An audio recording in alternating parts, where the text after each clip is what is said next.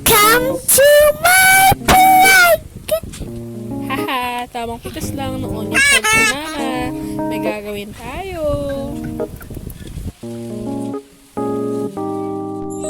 Chanin! So, you're a cheese smackers. Stop it! Oh, stop it din. Stop it ka rin. Sa ingredients, ilalagay ko na lang siya sa description box. Pero more on, kung anong gusto mong ilagay na, ano ba? Sahog? Tama ba? Or palaman sa sandwich mo. Basta ang pinaka main ingredient dyan, syempre yung egg.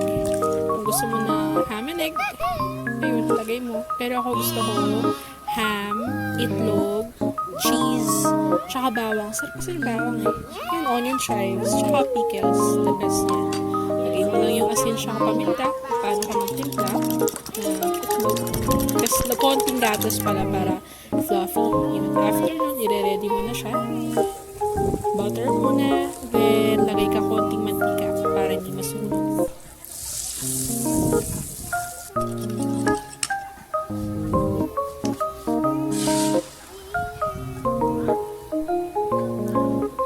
Make sure na low fire muna.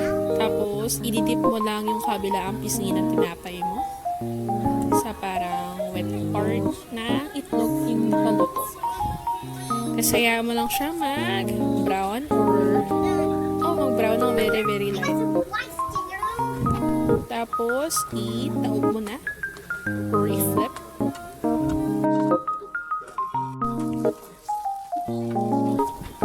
After mo i-flip yung mga nasa gilid, ilalagay mo lang siya sa gitna.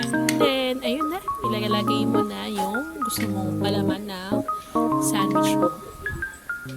Kaya siya one pan sandwich kasi obvious naman, di ba? Nasa isang pan. Yun lang. Lagay mo lang. Medyo overloaded ng palaman yung ginawa ko. Sayang kasi yung leftover ham eh. Konting pisil, kunyari cute. Tapos, flip ulit. Form mo na siya sa sandwich. Brown ng konti sa likod. Tapos, flip ulit.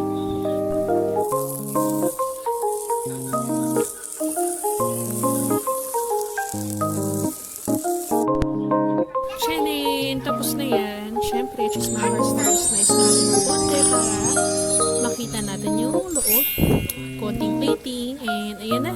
May ham and egg sandwich tayo.